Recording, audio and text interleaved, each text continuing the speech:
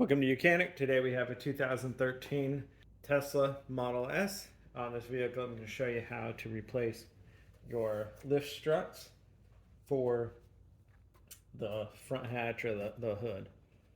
So this has two lift struts, one on each side.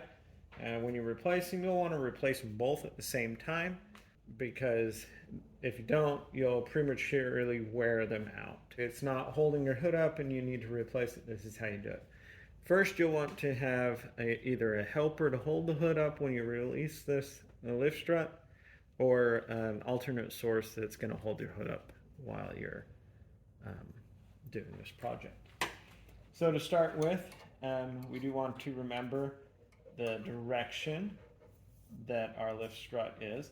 We have the body of the strut is toward the hood, and the other portion is heading toward the vehicle.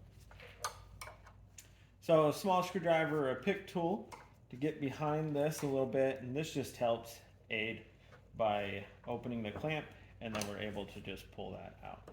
If you pry on, pull on it enough, you can get it to come out too, but this just is what makes it easier. Same thing on the top here, screwdriver behind there, free the clip and unlock it like that. And this is the clip in there that you're opening up with your screwdriver on the back as you're widening that, so that it'll come off easy.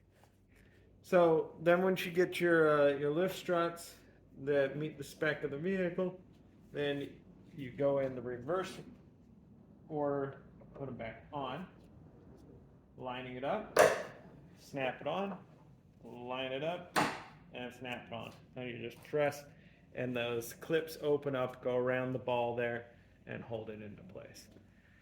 And repeat on the other side, so that you replace both of them at the same time, and that would be how you replace your lift struts on your front hood or hatch on your Tesla Model S. Thanks for watching Mechanic, where you can be the mechanic.